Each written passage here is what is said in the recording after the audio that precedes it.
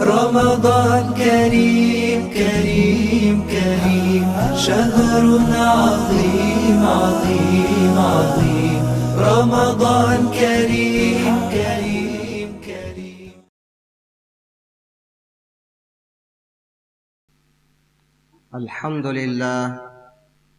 الحمد لله نحمده ونستعينه ونستغفره ونؤمن به ونتوكل عليه، ونعوذ بالله من شرور أنفسنا ومن سيئات أعمالنا. من يهده الله فلا مضل له ومن يضلله فلا هادي له،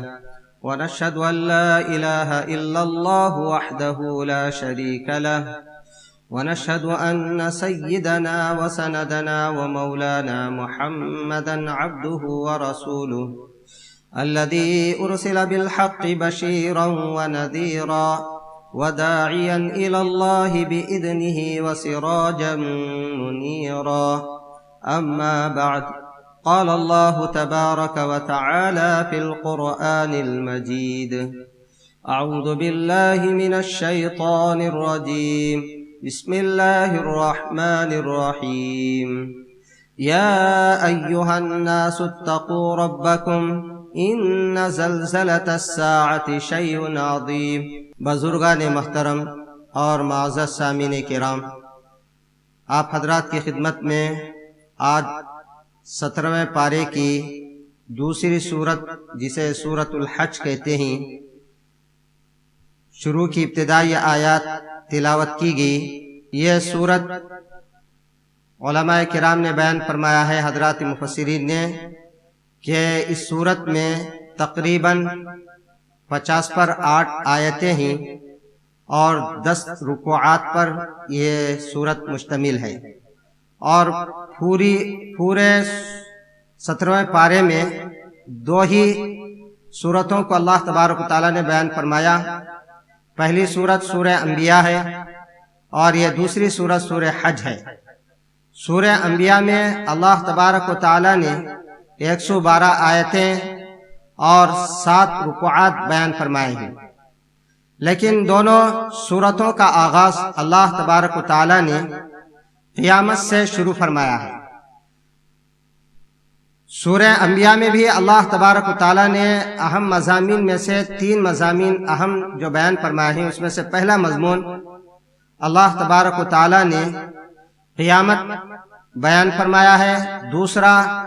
توحید ہے اور تیسرا رسالت ہے. اور اس سورت کے اندر، سورہ حج کے اندر، اللہ تبارک و تعالیٰ نے 6 مضامین جو بہت اہم ہیں اس کو بیان فرمائے ہیں. سب سے پہلا مضمون اللہ تبارک و تعالیٰ نے قیامت ہی کو بیان فرمایا ہے، اور دوسرا مضمون تخلیق انسانی کے 7 مراحل کو اللہ نے بیان فرمایا، اور تیسرا مضمون اللہ تبارک و تعالیٰ نے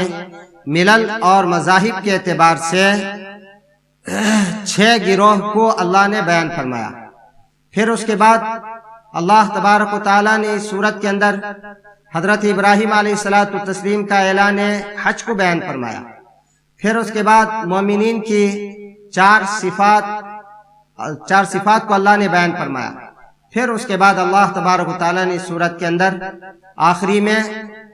چند دیگر احکامات کو بیان فرمایا، جس میں مناسک حج ہیں، اور اسی طریقے سے نماز کی پابندی ہے، مصائب پر صبر ہے، نیک مصارف میں اللہ جو مال عطا فرمایا خرچ کرنا ہے، اور اسی طریقے سے اللہ کا خوف وغیرہ کو اللہ تبارک و تعالیٰ نے اس سورت کے اختتام پر بیان فرما کر اس سورت کا اختتام بیان فرمائے. لہذا میں سب سے پہلے سورہ حج کی ابتدائی آیات کا ترجمہ کر دیتا ہوں، تاکہ اس سورت کا ترجمہ سمجھنے سے اس سورت کی جو آگے تفصیل اور تشریح بیان کی جائے گی سمجھنے میں آسانی ہوگی، اور پس منظر سمجھنے میں ہمیں آسانی ہوگی. ورنہ عام طور پر یہ ہوتا ہے کہ جب سورت کا صرف ترجمہ کیا جاتا ہے اور اس کی تشریح نہیں کی جاتی ہے تو سیاق و سباق ہمیں سمجھ میں نہیں آتا، اور اسی طریقے سے قرآن کریم کا سبب نزول اور آیتوں کا سبب نزول ہمیں صحیح معنوں میں سمجھ میں نہیں آتا ہے۔ تو ترجمہ بھی پس منظر اور سیاق و سباق کو سمجھنے کے لیے ضروری ہے، اور صرف ترجمے پر اکتفا نہ کرے، ترجمے کو سیاق و سباق سے سمجھنے کے لیے اس کا شان نزول اور اس کی تشریح اور اس کی تفصیل اور اس کی تفصیلات کا بھی ہمیں علم ہونی چاہیے، تاکہ آیت کریمہ کے اندر اللہ تبارک و تعالیٰ کیا کہنا چاہ رہے ہمیں اس کا علم ہوگا اور قرآن کریم کا فہم حاصل ہوگا۔ تو سب سے پہلے میں آپ حضرات کی خدمت میں آیت کریمہ کا ترجمہ بیان کر دیتا ہوں۔ اللہ تبارک و تعالیٰ بیان فرماتے ہیں، اے لوگو تم اپنے پروردگار سے ڈرو، ان زلزلۃ الساعۃ شیء عظیم، اس لیے کہ قیامت کی بھونچال، قیامت کا زلزلہ، اور یہ بہت ہی بڑا زلزلہ ہے اور یہ بہت ہی بھاری بڑی بات ہے۔ پھر اس کے بعد آگے اللہ تبارک و تعالیٰ نے بیان فرمایا، یوم ترونها تذہل کل مرضعۃ عما ارضعت، یہ وہ دن ہوگا کہ جس میں دودھ پلانے والی اپنے اکلوتے بچے کو جو پیار اور محبت سے اپنے سینے کو لگائے ہوگی اس کو بھول جائے گی۔ وَتَضَعُ كُلُّ ذَاتٍ حَمْلٍ حَمْلَهَا، اور اس دن ہر حاملہ عورت اپنے حمل کو ساقط کر دے گی۔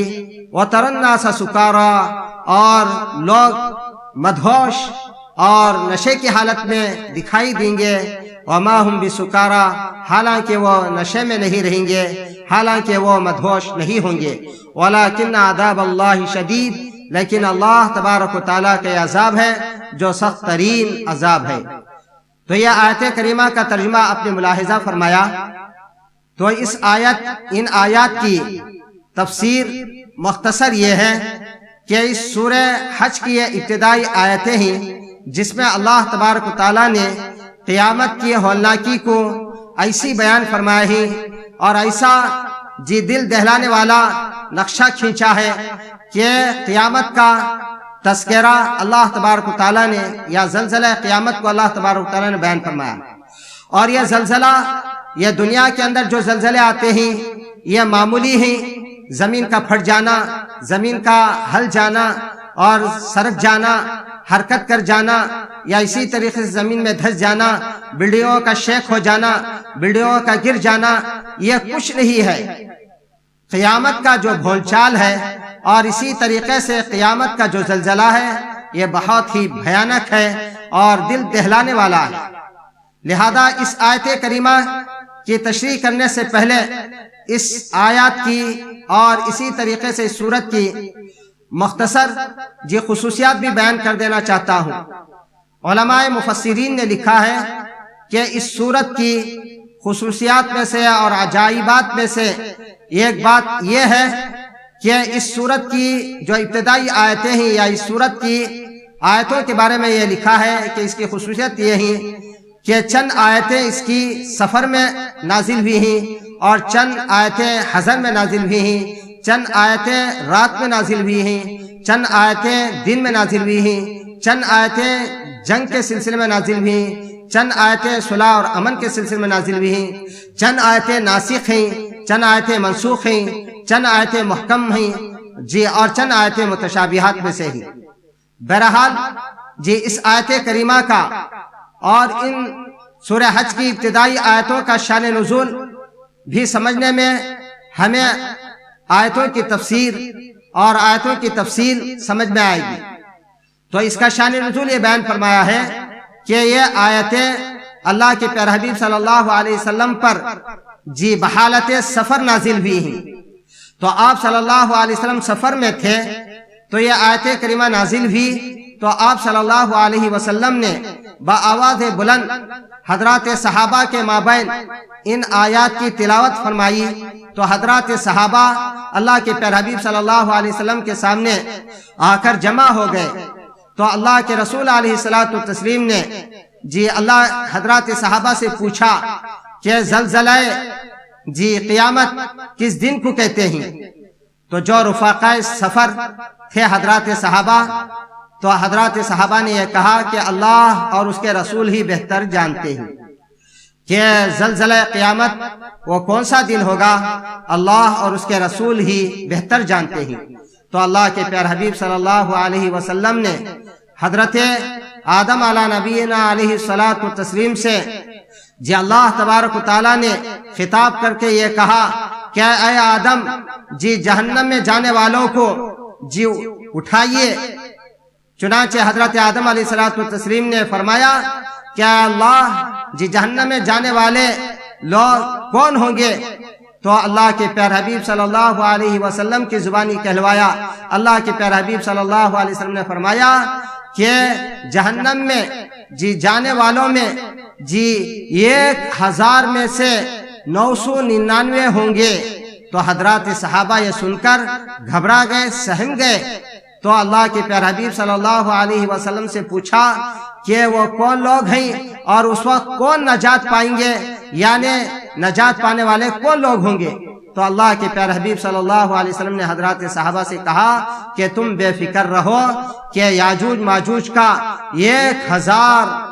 کا ہوگا اور تم میں سے 1 آدمی ہوگا۔ یہ مسلم شریف کی روایت ہے۔ حضرت ابو سعید خدری رضی اللہ تعالیٰ عنہ نے روایت کیا ہے، تو جس سے معلوم ہوتا ہے کہ قیامت کے دن اللہ تبارک و تعالی بہت ہی وہ دن بھیانک ہوگا کہ سب نفسی نفسی کا عالم ہوگا کہ کوئی نجات نہیں پائے گا۔ اسی لیے ایک دوسری حدیث میں ایک صحابی رسول نے اللہ کے پیارے حبیب صلی اللہ علیہ وسلم سے پوچھا متی الساعہ، اے اللہ کے رسول قیامت کب آئے گی؟ تو آپ صلی اللہ علیہ وسلم نے ان سے فرمایا ما عددت لہا، اے صحابی رسول قیامت کے لیے تم نے کیا تیاری کی ہے؟ تو اس سے معلوم ہوا کہ یہ دن کب ہوگا۔ تو حضرات مفسرین نے اس کے سلسلے میں بیان فرمایا ہے کہ قیامت قائم ہونے سے پہلے دنیا ہی کے اندر یہ دن ہوگا جو قیامت کی علامتوں کا آخری دن ہوگا، جیسا کہ بعض علماء نے اس کو قیامت کی علامت میں سے آخری علامت شمار فرمائی ہے، جیسا کہ قرآن کریم کی دیگر آیتوں سے معلوم ہوتا ہے، جیسا کہ سورہ زلزال کی ابتدائی آیت میں اللہ تبارک و تعالیٰ بیان فرمایا اذا زلزلت الارض زلزالها، اور دوسری آیت میں اللہ تبارک و تعالیٰ نے فرمایا وحملت الارض، اور اسی طرح سے تیسری آیت میں اللہ تبارک و تعالیٰ نے فرمایا اذا وقعت الواقعہ لیس لوقعتها کاذبہ، اذا رجت الارض رجا، وغیرہ آیت میں ان آیات سے معلوم ہوتا ہے کہ یہ زلزلہ قیامت قیامت رونما ہونے سے پہلے، قیامت برپا ہونے سے پہلے اور حشر نشر قائم ہونے سے پہلے، نفخہ ثانیہ آنے سے پہلے نفخہ اولا مراد ہے، یعنی دنیا کے اندر ہی اللہ تبارک و تعالی بعض گناہوں کی وجہ سے، بعض بدکاری کی وجہ سے اور علانیہ بدکاریاں اور خرابیاں اور گناہ کرنے کی وجہ سے اللہ تبارک و تعالی دنیا کے اندر ہی قیامت برپا فرما دیں گے، زلزلہ قیامت اللہ تبارک و تعالی برپا فرما دیں گے۔ بعض علماء نے بیان فرمایا ہے کہ یہ زلزلے کیوں آتے ہیں، اس کی وجوہات میں سے چند وجوہات حضرات علماء نے بیان فرمایا ہے کہ جب سود خوری عام ہو جائے گی، زنا کاری علانیہ ہونے لگے گی، ناپ تول میں کمی پیشی ہونے لگے گی اور زکوٰۃ کو تاوان سمجھ کر ادا نہیں کیا جائے گا، اللہ اس کے رسول کے حکم عدولیاں کی جائیں گی، اللہ اس کے رسول کے احکامات کی نافرمانی ہونے لگے گی، تو اللہ تبارک و تعالی دنیا کے اندر بھونچال لائیں گے، دنیا کے اندر زلزلے لائیں گے، جس کی وجہ سے اللہ تبارک و تعالی صورتوں کو مسخ کر دیں گے، اللہ تبارک و تعالی زمینوں میں دھسا دیں گے۔ تو اس لیے ایسے وقت ہمیں کیا کرنا چاہیے؟ اللہ تبارک و تعالی نے دوسری آیت کریمہ کے اندر، جیسا کہ سورہ انبیاء کی ابتدائی آیت کے اندر اللہ تبارک و تعالی نے ایک تو یہ بیان فرمایا کہ اقترب للناس حسابهم، تو اس وقت قیامت کی تیاری یا قیامت قریب آ چکی ہے، اس کے لیے آدمی تیاری کرے۔ اور غفلت میں اختیار نہ کرے، جیسا کہ آگے اللہ تبارک و تعالیٰ فرماتے ہیں اقترب للناس حسابهم فی غفلت معرضون، اقترب للناس، جی آگے بیان فرماتے ہیں جی وہم فی غفلت معرضون، بہت سے لوگ قیامت کے آنے کے سلسلے میں غفلت اختیار کیے ہوئے ہیں، غفلت میں پڑے ہوئے ہیں، غافل ہیں۔ اللہ تبارک و تعالیٰ ہمیں متنبہ کرنا چاہ رہے ہیں، اور بعض جی فرقہ باطلہ میں ایک دہریہ فرقہ ہے جی منکر قیامت ہے، قیامت کا انکار کرتے ہیں، اور اسی طریقے سے کفار بھی قیامت کا انکار کرتے ہیں اور یہ کہتے ہیں کہ یہاں دنیا میں مرنے کے بعد جی قیامت برپا نہیں ہوگی اور قیامت نہیں ہوگی اور یہیں پر حساب و کتاب ہوگا، جلا کر سب کچھ جی بھسم کر دیا جائے گا، یہیں دنیا کے اندر قصہ ختم کر دیا جائے گا، قیامت قائم نہیں ہوگی۔ تو ایسے لوگوں کے بارے میں اللہ تبارک و تعالیٰ نے صاف الفاظ میں بیان فرما دیا ان الساعۃ آتیۃ لا ریب فیہا، جی قیامت ضرور آ کر رہے گی اور اس کے آنے میں کوئی شک نہیں ہے۔ تو لہذا ہمیں قیامت آنے سے پہلے آخرت کی تیاری کرنی چاہیے اور قیامت کی تیاری کرنی چاہیے، اس کی طرف اللہ تبارک و تعالیٰ نے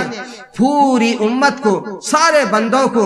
بندوں سے خطاب کرتے فرمایا سارعوا الی مغفرۃ من ربکم وجنۃ عرضها السماوات والارض اعدت للمتقین، جی اللہ کی مغفرت کی طرف تم ریس کرو، دوڑو اور جلدی کرو، اور اسی طریقے سے جنت کی طرف تم آگے بڑھو، جنت کی طرف ریس کرو، جنت کی طرف تم دوڑ کر جاؤ۔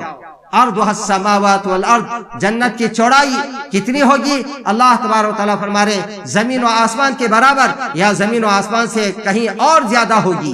اور یہ کس کے لیے تیار کی گئی ہے؟ جنت۔ اللہ تبارک و تعالیٰ فرماتے ہیں اعدت للمتقین، یہ متقیوں کے لیے، اللہ سے ڈرنے والوں کے لیے اللہ تبارک و تعالیٰ یہ تیار کیے ہیں، جیسا کہ اللہ تبارک و تعالیٰ نے سورہ حج کی ابتدائی آیت میں یہ بیان فرمایا یا ایھا الناس اتقوا ربکم، اے لوگو جی تم اللہ سے جو تمہارا پالو نہار ہے جی خوف اختیار کرو، ڈرو اور تقوی اختیار کرو۔ تو لہذا اس آیت سے معلوم ہوا ہے کہ اللہ تبارک و تعالیٰ نے مجھے اور آپ کو، پوری انسانیت کو دنیا کے اندر آخرت کی تیاری کے لیے، موت کی تیاری کے لیے، قیامت کی تیاری کے لیے اللہ تبارک و تعالیٰ نے دنیا کے اندر بھیجا ہے۔ کہیں ایسا نہ ہو کہ ہم غفلت میں زندگی گزار کر چلے جائیں اور کل قیامت کے دن افسوس کرتے رہے اور کفے افسوس ملتے رہے اور کل قیامت کے دن پچھتاوا کرنا پڑے۔ تو اس لیے اللہ تبارک و تعالیٰ نے ہمیں دنیا کے اندر بھیجا ہے، لہذا ہر انسان کے ساتھ شیطان کا داؤ لگا ہوا ہے، کافر کے ساتھ الگ، مومن کے ساتھ الگ۔ جی کافر کے لیے شیطان کا داؤ یہ ہے کہ وہ نیک کام کرنا چاہے تو یہ کہے گا کہ یہ نیک کام مت کرو، لیکن مسلمان کے لیے اور اسی طریقے سے مومن کے ساتھ، امت محمدیہ کے ساتھ، اللہ کے نیک برگزیدہ بندوں کے ساتھ اس کا داؤ الگ لگا ہوا ہے۔ جب انسان کے دل کے اندر داعیہ پیدا ہوتا ہے کوئی نیکی کرنے کا، عبادت بجا لانے کا، نفل نماز پڑھنے کا یا روزہ رکھنے کا، تو شیطان یہ نہیں کہتا ہے کہ یہ برا کام ہے، یہ نیکی کا کام ہے، اس کو مت کرو، یہ مومن سے نہیں کہے گا، بلکہ مومن سے یوں کہے گا کہ آج نہیں کل کر لینا۔ کل کرنے کا جب داعیہ پیدا ہوگا تو شیطان پھر ورغلائے گا اور اسی طریقے سے بہکائے گا، جی پرسوں کر لینا، کل کر لینا، ترسوں کر لینا، اس طریقے سے ٹلواتا رہے گا۔ تو حضرات علماء نے بیان فرمایا ہے کہ جب انسان کے دل کے اندر نیکی کا داعیہ پیدا ہو تو یہ سمجھنا چاہیے کہ اللہ کی طرف سے مہمان ہے، اس کو فوراً کر گزرنا چاہیے، ٹلوانا نہیں چاہیے۔ شیطان ٹلواتا رہے گا، کل کبھی نہیں آئے گا، انسان کی موت کا وقت آ جائے گا، انسان کی عمریں ختم ہو جائیں گی اور انسان کا وقت ختم ہو جائے گا، لیکن ٹلواتا انسان سے جو داعیہ نیکی کا پیدا ہوا تھا وہ کبھی نہیں کروائے گا۔ اس لیے انسان کو چاہیے کہ جیسے ہی دل کے اندر نیکی کا ارادہ پیدا ہو تو فوراً اس کو کر گزرنا چاہیے۔ مثال کے طور پر اگر نیکی کا ارادہ ہوا، نفل نماز پڑھنے کا، 2 رکعت نماز پڑھنے کا داعیہ پیدا ہوا تو فوراً اس کو کر گزرنا چاہیے، فوراً اس کو ادا کرنا چاہیے۔ کہیں ایسا نہ ہو کہ ٹالتے رہے اور ٹلواتے رہے تو انشاءاللہ اس کو کبھی کرنے کا موقع نہیں ہوگا اور اللہ تبارک و تعالیٰ اس کی وجہ سے نیکی سے محروم فرما دیں گے۔ تو اس کے سلسلے میں ہمیں جی دنیاوی اعتبار سے اور اسی طریقے سے دینی اعتبار سے ایک زاویہ مقرر کرنا چاہیے۔ عام طور پر یہ دیکھا جاتا ہے کہ دنیاوی اعتبار سے ہم اپنے سے اوپر والے کو دیکھتے ہیں اور دینی اعتبار سے اپنے سے کمتر کو دیکھتے ہیں۔ حالانکہ ہمارے اور صحابہ کے درمیان یہی فرق ہے کہ حضرات صحابہ دنیاوی اعتبار سے اپنے سے کمتر کو دیکھا کرتے تھے اور دینی اعتبار سے اپنے سے اونچے کو اور اپنے سے بلند کو دیکھا کرتے تھے۔ جیسا کہ حدیث پاک کے اندر اللہ کے پیارے حبیب صلی اللہ علیہ وسلم نے یہی فرمایا، دنیاوی اعتبار سے انظروا الی من اسفل منکم ولا تنظروا الی من فوقکم۔ آپ صلی اللہ علیہ وسلم نے فرمایا کہ دنیاوی اعتبار سے تم اپنے سے کمتر اور نیچے کو دیکھا کرو اور دنیاوی اعتبار سے اپنے سے اوپر کو نہ دیکھا کرو، اس لیے کہ اس کی وجوہات میں سے ایک وجہ یہ بیان فرمائی ہے کہ اگر دنیاوی اعتبار سے اگر ہم اپنے سے اونچے کو دیکھیں گے تو اللہ کی نعمت کی ناقدری پیدا ہوگی اور اللہ کی نعمتوں کی قدردانی ہمارے اندر نہیں پیدا ہوگی، اور اسی طرح سے ہمارے اندر قناعت کی صفت پیدا نہ ہوگی، زہد اور تقوی کی صفت پیدا نہ ہوگی، ناشکری اور ناقدری کی صفت ہمارے اندر پیدا ہوگی، اللہ کی نعمتوں کی ناقدری پیدا ہو جائے گی۔ اسی لیے واقعات میں حضرت عبداللہ بن مبارک رحمۃ اللہ علیہ کا حضرات علماء نے لکھا ہے کہ حضرت عبداللہ بن مبارک رحمۃ اللہ علیہ نے اللہ تبارک و تعالیٰ نے آپ کو خوب مال عطا فرمایا تھا، مال کی بہتات تھی، مال کی فراوانی تھی، تو حضرت رحمت اللہ علیہ اپنا خود واقعہ بیان کرتے ہیں کہ میں مالداروں کے ساتھ رہا تو اللہ کی نعمت کی ہر وقت ناقدری میرے اندر پیدا ہوتی رہی۔ کیوں؟ اس لیے کہ میں اپنے لباس کو دیکھتا اور اپنے سے دنیا والوں کے لباس کو دیکھتا تو میرا لباس معمولی معلوم ہوتا، دوسروں کا لباس میرے سے اعلیٰ اور عرفہ معلوم ہوتا، اور میرے بنگلے کو میں دیکھتا، دوسروں کو بنگلے کو دیکھتا، میری گاڑی کو دیکھتا، دوسروں کی گاڑی کو دیکھتا، میری سواری کو دیکھتا، دوسروں کی سواری کو دیکھتا، تو اللہ کی نعمت کی ناقدری میرے اندر پیدا ہوتی، کبھی اللہ کی نعمت کی قدردانی میرے اندر نہیں پیدا ہوتی۔ اور اسی طریقے سے میں نے میرے سے کمتر لوگ یعنی غربا فقراء کے ساتھ میں نے زندگی گزاری، اور میں اپنی سواری کو دیکھتا، میں اپنے لباس کو دیکھتا، میں اپنے کھانوں کو دیکھتا، میں اپنے رہن سہن کو دیکھتا، اور ان لوگوں کو غربا کو دیکھتا تو اللہ کی نعمت کی قدر معلوم ہوتی کہ اللہ تبارک و تعالیٰ نے ان غربا سے زیادہ اچھی سواری مجھے عطا فرمایا، ان غربا سے زیادہ مجھے اللہ نے اچھا لباس عطا فرمایا۔ تو اس لیے مالداروں کے ساتھ بھی رہ کر انہوں نے دیکھا، غریبوں کے ساتھ بھی رہ کر دیکھا، اسی لیے اللہ کے پیارے حبیب صلی اللہ علیہ وسلم نے فرمایا کہ دنیاوی اعتبار سے تم اپنے کمتر لوگوں کو دیکھا کرو تاکہ اللہ کی نعمت تمہارے دلوں کے اندر پیدا ہوگی، تمہارے اندر زہد کی صفت پیدا ہوگی، تمہارے اندر قناعت کی صفت پیدا ہوگی۔ آج ہمارا معاملہ یہ ہے کہ یہ ہمارے پاس بلڈنگ ہے تو دوسرے کی خواہش میں ہم لگے رہتے ہیں، اگر ہمارے پاس ایک فلیٹ ہے تو دوسرے فلیٹ کی ہم خواہش کرنے لگتے ہیں، ہمارے پاس ایک سونے کی وادی ہے تو دو سونے کی وادی کی ہم تمنا کرتے ہیں، لیکن ہماری خواہشات، ہماری تمنائیں ختم نہیں ہوں گی جب تک کہ ہم قبر کی مٹی میں نہ سمو جائے، جب تک کہ موت نہ آ جائے۔ اسی لیے ایک حدیث میں اللہ کے پیارے حبیب صلی اللہ علیہ وسلم نے فرمایا لو کان لابن آدم وادیا من ذهب احب ان يكون له وادیان، اگر ابن آدم کو سونے کی ایک وادی دے دی جائے تو وہ اس بات کی خواہش کرے گا کہ مجھے دو وادی مل جائے، تین وادی مل جائے، لیکن اس کی حرص اور طمع ختم نہیں ہوگی جب تک کہ اس کو موت نہ آ جائے۔ تو اس لیے اللہ کے پیارے حبیب صلی اللہ علیہ وسلم نے بیان فرمایا کہ قیامت کی تیاری میں سے ایک تیاری یہ ہے کہ ہم دنیاوی اعتبار سے اپنے سے کمتر کو دیکھیں اور دینی اعتبار سے اپنے سے بلند کو دیکھیں۔ آج ہمارا معاملہ الٹا نظر آ رہا ہے۔ حضرات صحابہ اور ہمارے درمیان یہی فرق ہے کہ حضرات صحابہ دینی اعتبار سے اپنے سے اوپر لوگوں کو دیکھتے تھے، جیسا کہ غزوہ تبوک کا واقعہ ہمارے سامنے موجود ہے کہ حضرت عمر رضی اللہ تعالیٰ عنہ جب اللہ کی پیارے حبیب صلی اللہ علیہ وسلم نے مسجد نبوی میں کھڑے ہو کر اعلان کیا کہ غزوہ تبوک بہت ہی کٹھن غزوہ ہے، گرمی کا غزوہ ہے اور ساز و سامان حضرات صحابہ کے پاس موجود نہیں ہے، تو حضرت عمر فاروق رضی اللہ تعالیٰ عنہ یہ سوچ رہے تھے کہ حضرت ابو بکر رضی اللہ تعالیٰ عنہ اس وقت ان کی مالی وسعت نہیں ہے، مالی اعتبار سے میرے سے کمتر ہی، لہذا میں ان سے آج ریس کر سکتا ہوں، میں ان سے سبقت لے جا سکتا ہوں، میں ان سے آگے بڑھ سکتا ہوں۔ چنانچہ اپنے گھر گئے، سارے مال کو جمع کیا، سارے پیسوں کو جمع کیا، سارے گھر کے سامان کو جمع کیا، جمع کر کر اس کو ڈیوائڈ کیا، 2 حصوں میں تقسیم کیا۔ ایک حصہ اللہ کے رسول علیہ الصلوۃ والتسلیم کی خدمت میں پیش کیا اور ایک حصہ اپنے گھر والوں کی خدمت میں پیش کیا۔ جب حضرت ابو بکر رضی اللہ تعالیٰ عنہ کا جب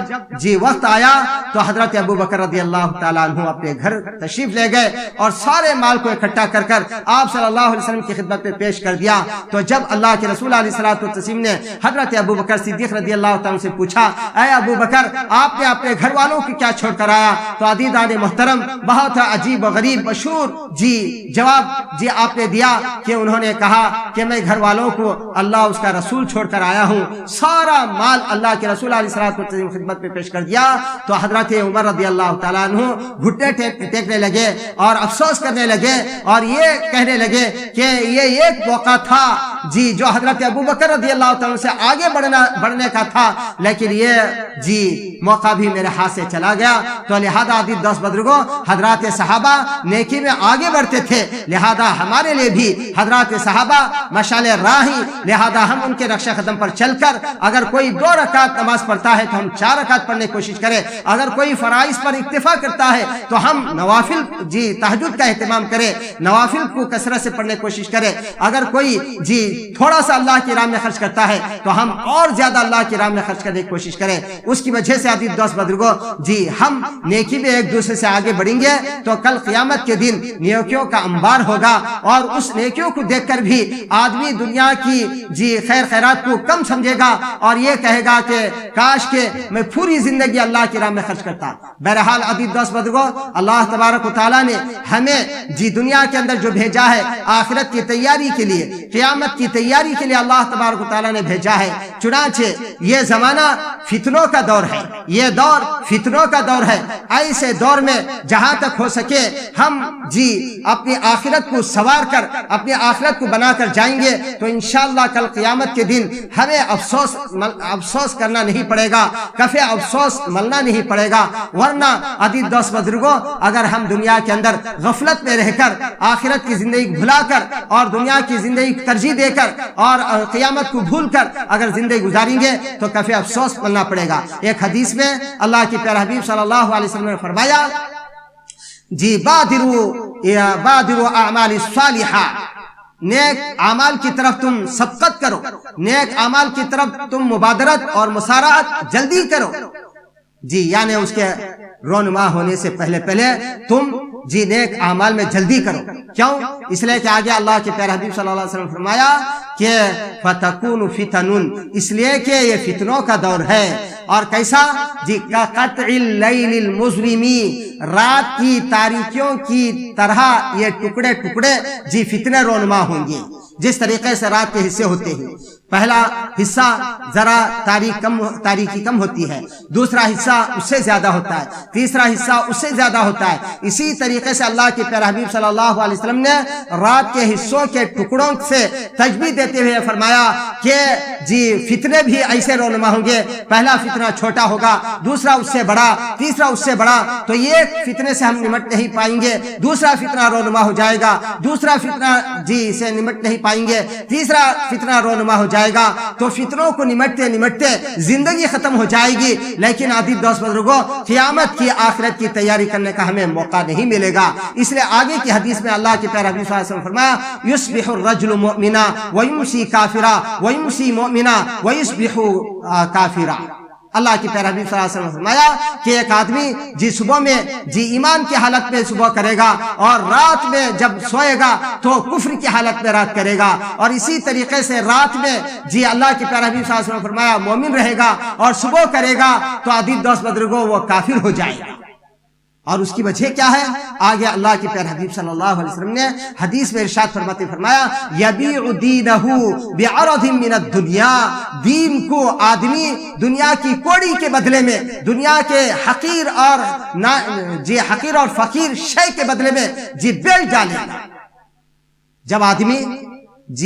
دین کو دنیا کی چیزوں کے بدلے میں، دنیا کے ساز و سامان کے بدلے میں، دنیا کے حقیر اور ناچیز چیزوں کے بدلے میں جب بیچ دے گا تو اس وقت اس کی صورتحال یہ پیش آئے گی کہ اس کا ایمان دل سے نکل جائے گا۔ تو تو لہذا رات میں مومن رہے گا تو دن میں کافر ہو جائے گا، اور دن میں مومن رہا تو کافر رات میں کافر ہو جائے گا۔ تو اس لیے جی ایمان کے سلسلے میں ڈرتے رہنا چاہیے، اور یہ فتنے رونما جو ہو رہے ہیں جی اس سے ڈرتے رہنا چاہیے۔ آخرت کی ہمیشہ فکر دامنگیر رہنا چاہیے، قیامت کی ہمیشہ تیاری کی فکر اور اس کا اہتمام اور اس کی تیاری کا اہتمام کرتے رہنا چاہیے۔ غفلت سے اگر اختیار کریں گے تو جی ہمارے دلوں سے ایمان نکل جائے گا، اور آہستہ آہستہ ہمارے اوپر جی کفر کی ظلمت طاری ہو جائے گی۔ اسی لیے دوسری حدیث میں اللہ کے پیارے حبیب صلی اللہ علیہ وسلم نے اپنی امت کو بہت ہی خاص باتوں کی طرف توجہ دی۔ چنانچہ آپ صلی اللہ علیہ وسلم نے فرمایا بادروا جی بالاعمال السبع، آپ صلی اللہ علیہ وسلم نے فرمایا کہ 7 اعمال رونما ہونے سے پہلے جی تم نیکی کو کر لو، عمل کر لو، ورنہ اگر 7 چیزیں رونما ہو جائیں گی تو اس وقت تم عمل نہیں کر پاؤ گے، عمل کے لیے تمہارے پاس وقت نہیں ہوگا۔ سب سے پہلے آپ صلی اللہ علیہ وسلم نے فرمایا هل تنتظرون الا فقرا منسیا، کیا تم ایسے فقر کا انتظار کر رہے ہو جو بھلا دینے والا ہو، او غنا مطغیا، یا ایسے مالداری کا انتظار کر رہے ہو جو سرکشی پر آمدہ کر دے، او مرضن مفسدہ، یا ایسے مرض کا انتظار کر رہے ہو جو آدمی کو خراب کر دے، او حرمن مفندہ، یا ایسے بڑھاپے کا انتظار کر رہے ہو جو سٹیا جانے والا ہو، اور اسی طریقے سے آگے اللہ کے پیارے نبی صلی اللہ علیہ وسلم فرمایا او موتن مجزا، یا ایسی موت کا انتظار کر رہے ہو جو اچانک آنے والی ہو، یا آگے آپ صلی اللہ علیہ وسلم فرمایا ابھی دجالا، یا ایسے دجال کا تم انتظار کر رہے ہو، فشر غائب، آپ صلی اللہ علیہ وسلم فرمایا فشر غائب ینتظر، جی یہ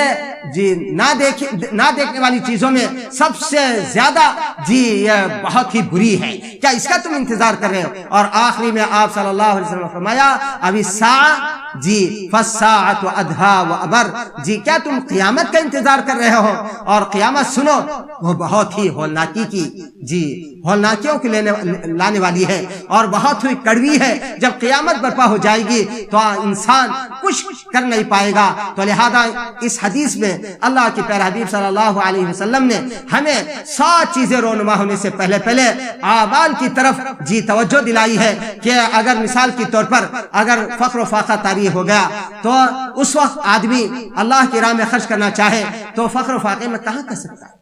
تو اسی لیے بعض علماء نے لکھا ہے کہ فقر و فاقہ آدمی کو کفر تک پہنچا دیتا ہے۔ جی اس لیے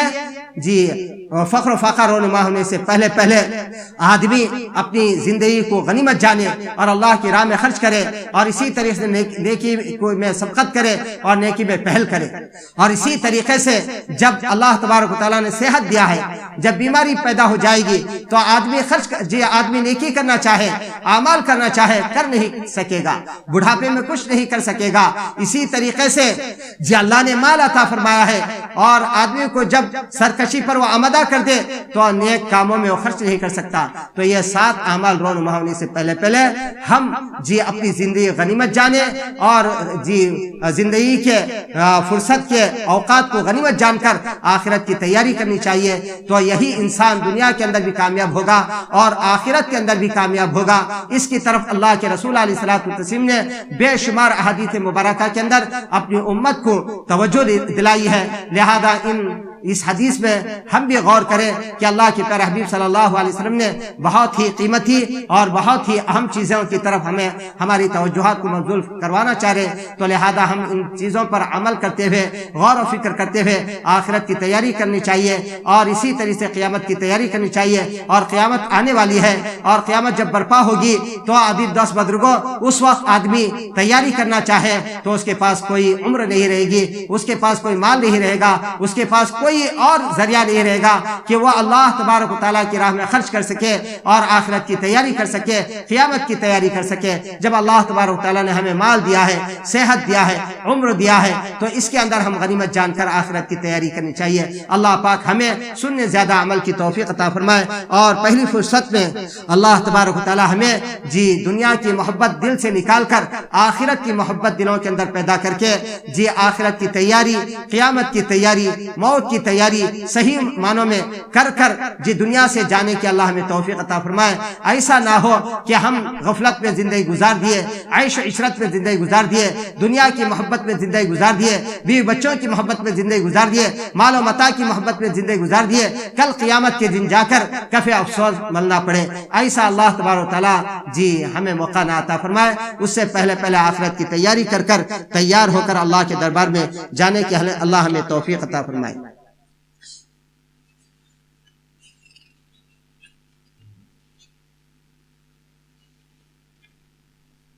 اب آخری میں چند مسائل بیان کر کے اپنی بات کو ختم کرتا ہوں۔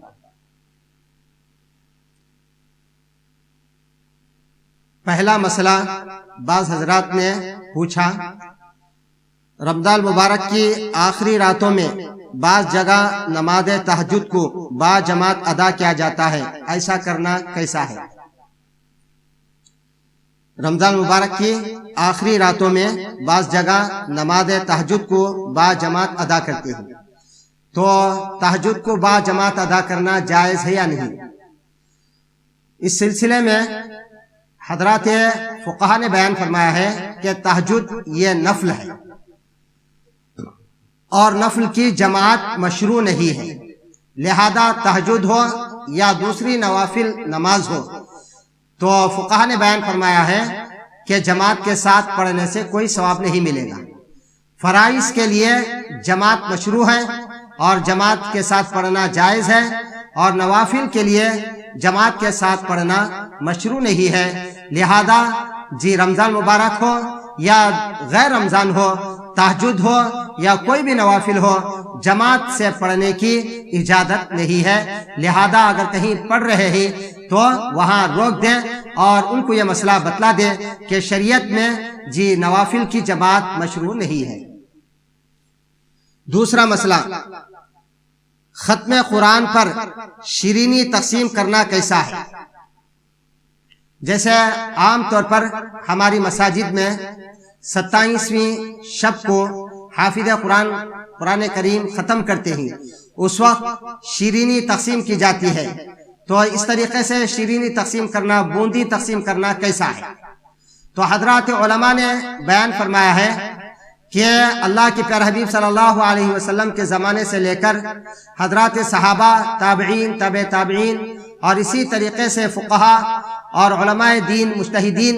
جی اولیاء کرام کے دور میں یہ بھی مشروع نہیں تھا۔ اس کو اگر کوئی التزام کر کے جی شیرینی تقسیم کرتے ہیں تو یہ بدعت ہے جی، تو لہذا ہاں اگر کوئی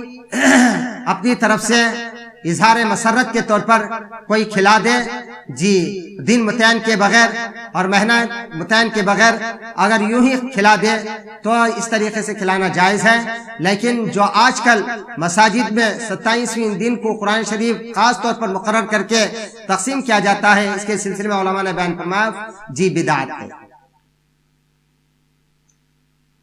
تیسرا مسئلہ، 27ویں رمضان ہی کو تراویح میں ختم قرآن کا اہتمام کرنا کیسا ہے؟ تو حضرات علماء نے بیان فرمایا ہے اور فقہا نے اور مفتیان کرام نے بیان فرمایا ہے کہ شب قدر جی 5 راتوں میں آتی ہے، صرف 27ویں تاریخ ہی کو شب قدر سمجھ کر قرآن شریف ختم کرنا، اس کو بھی فقہا نے بدعت قرار دیا ہے۔ تو اس لیے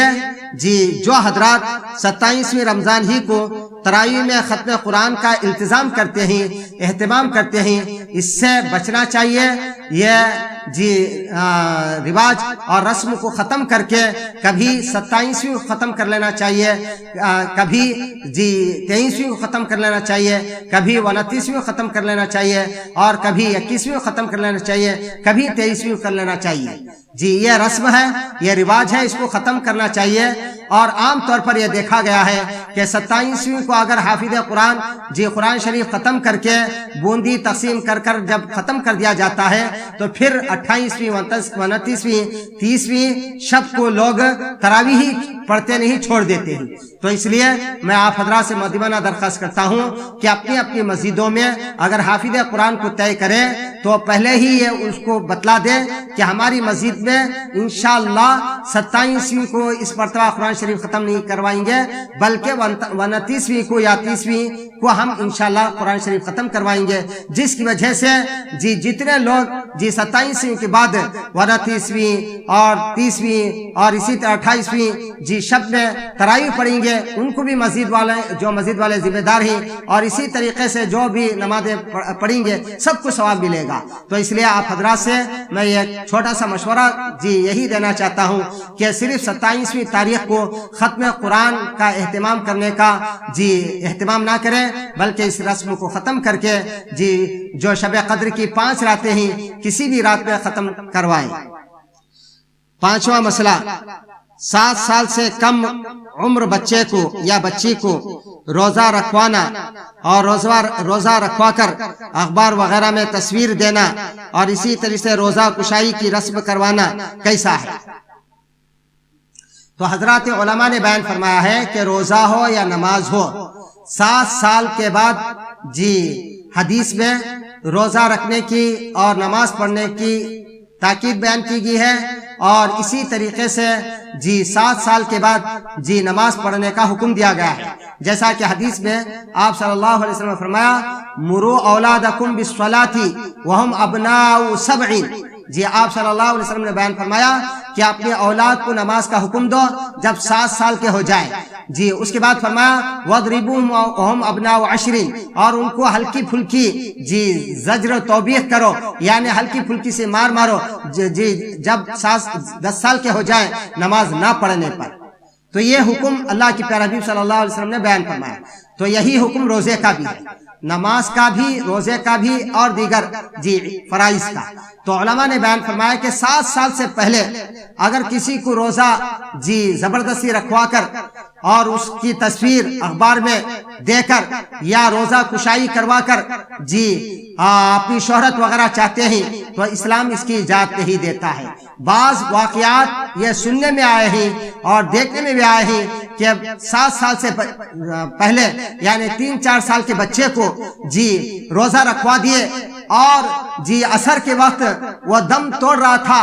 پانی پینے کی طرف لپک رہا تھا، لیکن اس کو پیاس بجھانے کے لیے نہ اس کی ماں نے، نہ اس کے باپ نے، نہ اس کی بہن نے، نہ اس کے بھائی نے اس کو پانی پینے کے لیے دیا، اور ادھیب 10 بدر کو غروب آفتاب سے پہلے وہ دم توڑ دیا ہے۔ تو اس لیے شریعت مطہرہ ہمیں اسی کی اجازت دی ہے، جیسا کہ قرآن کریم کے اندر اللہ تعالیٰ فرماتے ہیں لا یکلف اللہ نفسا الا وسعها، جتنی ہمارے اندر طاقت ہے اس سے زیادہ کا مکلف اللہ نے ہمیں نہیں بنایا، جتنی طاقت ہے اسی کا مکلف بنایا ہے۔ تو اس لیے چھوٹے بچوں کو زبردستی روزہ نہیں رکھوانا چاہیے۔ ہاں، روزے کی عادت ڈالنے کے لیے 3-4 سال کی عمر میں آدھا روزہ رکھوائے یا چند گھنٹوں کا روزہ رکھوائے، اور اگر پورا روزہ رکھنے کی اگر اس کے اندر صلاحیت ہے تو روزہ رکھوائے، لیکن روزہ رکھوا کر ہمیں اخبارات کے اندر تصویر وغیرہ نہ دیں۔ اس کی وجہ سے ماں باپ کو بھی بچے روزہ رکھنے سے ثواب ملا کرتا ہے، لیکن تصویر دینے کی وجہ سے یہ شہرت کی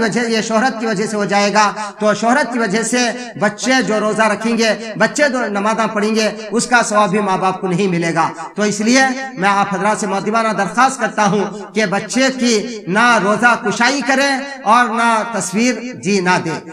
تصویر ویسے بھی حرام ہے، چاہے بچے کی ہو بڑے کی ہو، تصویر وغیرہ نہیں دینا چاہیے بلا ضرورت۔ 5واں مسئلہ یہ ہے کہ اگر کسی وجہ سے اعتکاف ٹوٹ گیا تو اس کی قضا واجب ہے یا نہیں؟ تو علماء نے لکھا ہے کہ جس دن کا اعتکاف ٹوٹ گیا ہے، 1 دن کی قضا کر لے تو اس کا اعتکاف ادا ہو جائے گا۔ اور اسی طریقے سے اسی سے ملتا جلتا بعض خواتین پوچھتی ہیں کہ اگر عورت کو اعتکاف کی حالت میں حیض آ جائے تو وہ کیا کرے گی، قضا کرے گی یا نہیں؟ تو فقہاء کرام نے بیان فرمایا ہے اور مفتیان کرام نے بیان فرمایا ہے جب حیض شروع ہوا ہے تو اس دن کی قضا کر لے کافی ہے اور اس کے لیے اعتکاف پورا ادا ہو جائے گا۔ 5واں مسئلہ یہ ہے کہ سید کو صدقہ فطر دینا جائز ہے یا نہیں؟ تو علماء نے لکھا ہے کہ صدقہ فطر واجب ہے جی تو لہذا جی جس طریقے سے زکوٰۃ سید کو نہیں دے سکتے، اسی طریقے سے صدقہ فطر بھی سید کو نہیں دے سکتے۔ اور چھٹواں مسئلہ یہ ہے کہ اگر جمعہ کے دن ظہر کی 4 رکعت جماعت کے ساتھ پڑھ لے تو کیا حکم ہے؟ اس لیے کہ اب لاک ڈاؤن میں بہت سے لوگ جی گھروں میں ہیں، تو گھروں کے اندر بعض لوگ جماعت کے ساتھ نماز پڑھ رہے ہیں، لیکن فون کے ذریعے سے بعض حضرات نے پوچھا کہ ہم ظہر کی نماز کیا جماعت کے ساتھ پڑھ سکتے ہیں؟ تو علماء نے بیان فرمایا کہ جی جمعہ کے دن اگر ظہر کی نماز جماعت کے ساتھ ادا کریں تو اس کی جمعہ یا ظہر کی نماز ادا نہیں ہوگی۔ اس لیے اگر 2-4 افراد جمع ہو جائے، یعنی امام کے علاوہ جی 3-4 آدمی اگر جمع ہو جائے تو وہاں جی ظہر کی نماز جماعت کے ساتھ ادا نہ کرے بلکہ جمعہ کی 2 رکعت فرض ادا کر دے۔ اور اگر عربی خطبہ کسی کا آتا ہے تو عربی خطبہ بھی دے لے، ورنہ عدید دوست بزرگوں جی ظہر کی نماز جمعہ کے دن 4 رکعت جماعت کے ساتھ پڑھیں گے تو جمعہ کے دن جی ظہر کی نماز ادا نہیں ہوگی۔ ہاں اگر کوئی پڑھانے والا نہیں ہے اور خود اگر جی جمعہ کے دن اگر کوئی نماز پڑھنا چاہے تو اس کے لیے جمعہ کی نماز جماعت کے ساتھ جی جماعت کے بغیر جمعہ کی نماز ادا نہ کرے بلکہ جی ظہر کی نماز الگ الگ پڑھ لے۔ تو لہذا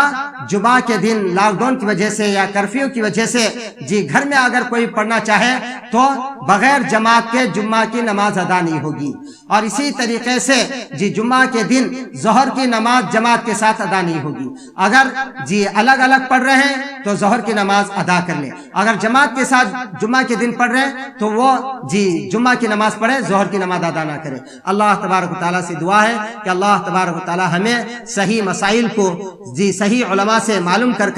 عمل کرنے کی توفیق عطا فرمائے۔ اور بھی اگر کوئی حضرات جی نماز سے متعلق، جمعہ سے متعلق، تراویح سے متعلق، اعتکاف سے متعلق، صدقہ فطر سے متعلق، فدیہ سے متعلق وغیرہ اگر کوئی سوال کرنا چاہے تو کمنٹ باکس میں سوال کی شکل میں بھیج دیں، انشاءاللہ اس کا اطمینان بخش جی ارسال کیا جائے گا۔ اللہ پاک ہمیں سننے زیادہ عمل کی توفیق عطا فرمائے، آمین۔ وما علینا الا البلاغ۔